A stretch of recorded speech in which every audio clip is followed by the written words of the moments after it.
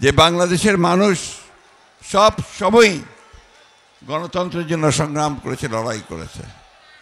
শুধু 1952 সাল 71 সাল নয়, সেই ব্রিটিশ আমল থেকেই বাংলাদেশের মানুষ তার গণতান্ত্রিক অধিকারের জন্য সংগ্রাম করেছে, লড়াই করেছে।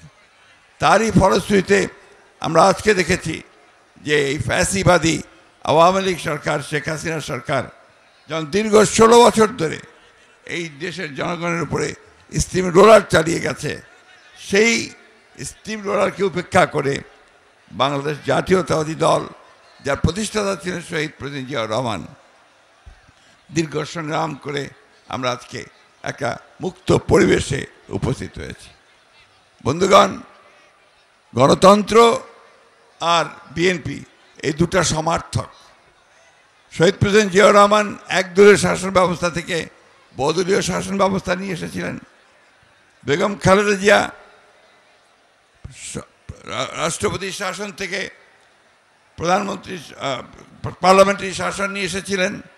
একটা সুষ্ঠু নির্বাচনের জন্য তিনি সেই কেয়ারটেকার গভর্নমেন্ট প্রথা চালু করেছিলেন। বাংলাদেশের জাতীয়তাবাদী দল আপনারা দেখেছেন 2016 সালেই দেশটি বেগম খালেদা জিয়া ভিশন 2030 দিয়ে গণতন্ত্রের যদি সাস্টেইনেবল হয়, সে যে লাক্সই হয় টিকে থাকে, তার জন্য সংস্কারের কথা বলা হয়েছে।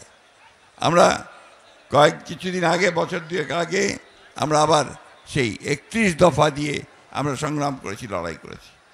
এই 16 বছরে আপনারা সবাই শুনেছেন, আমি রিপিট করতে চাই না।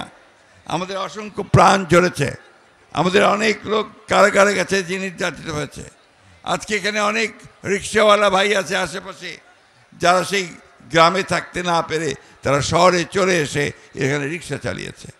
আমাদের অনেক ছাত্রনেতা তারা এখানে রাস্তায় হকারের কাজ করেছে।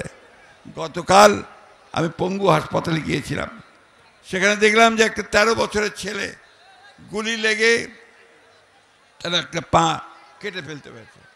এই যে ত্যাগ, এই তিতিক্ষার মধ্য দিয়ে বাংলাদেশ জাতীয়তাবাদী দল এগিয়ে চলেছে, গণতন্ত্রের সংগ্রাম তা এগিয়ে চলেছে। বন্ধুগণ, আজকে আমাদের সামনে একটা সুযোগ এসেছে। ছাত্র জনতার আত্মত্যাগের মধ্য দিয়ে আমরা একটা সুযোগ পেয়েছি একটা গণতান্ত্রিক রাষ্ট্র প্রতিষ্ঠা করবার। সেই কথাগুলো আমাদের মনে রাখতে হবে। আমরা সেই সুযোগ যেন হেলায় না হারাই। আজকে এমন একটা অবস্থা তৈরি করতে হবে যেন এখানে সত্যিকার অর্থেই গণতন্ত্রের আমরা প্রতিষ্ঠা করতে পারি। আরেকটা কথা আমি অনুরোধ করব সকলকে, যে আপনারাই হচ্ছেন সেই ভ্যানগার্ডস, আপনারা হচ্ছেন সেই পাহারাদার, গণতন্ত্রের পাহারাদার।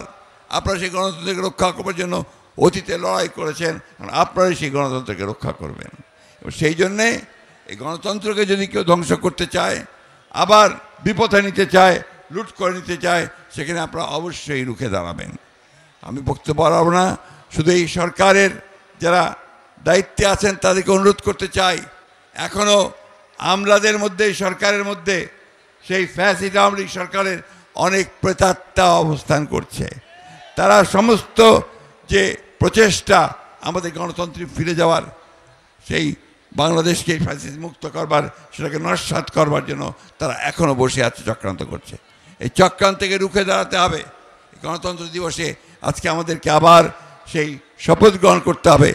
যেভাবে বুকের রক্ত দিয়ে আমাদের ছেলেরা এই সুযোগ সৃষ্টি করেছে, বুকের রক্ত দিয়ে হলেও আবার আমরা সেই সুযোগকে রক্ষা করব, বাংলাদেশকে সত্যিকার অর্থে গণতান্ত্রিক রাষ্ট্রে পরিণত করব। আমাদের নেতা, আমাদের তারেক রহমান সাহেব দেশে ফিরে আসবেন। দেশনেত্রী বেগম খালেদা জিয়া চিকিৎসার জন্য বাইরে যাবেন, সুস্থ হয়ে ফিরে আসবেন, এই দোয়াতে আজকে আমি সমস্ত পঙ্গু আহত যারা হয়েছে তাদের উপযুক্ত ক্ষতিপূরণ দেওয়ার জন্য সরকারের কাছে দাবি জানাচ্ছি। যারা নিহত হয়েছে তাদের ক্ষতিপূরণ দেওয়ার জন্য আমি সরকারের কাছে দাবি জানাচ্ছি। এটাই হোক আজকের দিনে আমাদের শপথ। আমরা সবাইকে ধন্যবাদ জানাচ্ছি। আসসালামু আলাইকুম, খোদা হাফেজ। বাংলাদেশ জিন্দাবাদ, বাংলাদেশ জাতীয়তাবাদী দল জিন্দাবাদ, শহীদ জাওয়ান হোক, দেশনেত্রী বেগম খালেদা জিয়া জিন্দাবাদ, তারেক রহমান জিন্দাবাদ।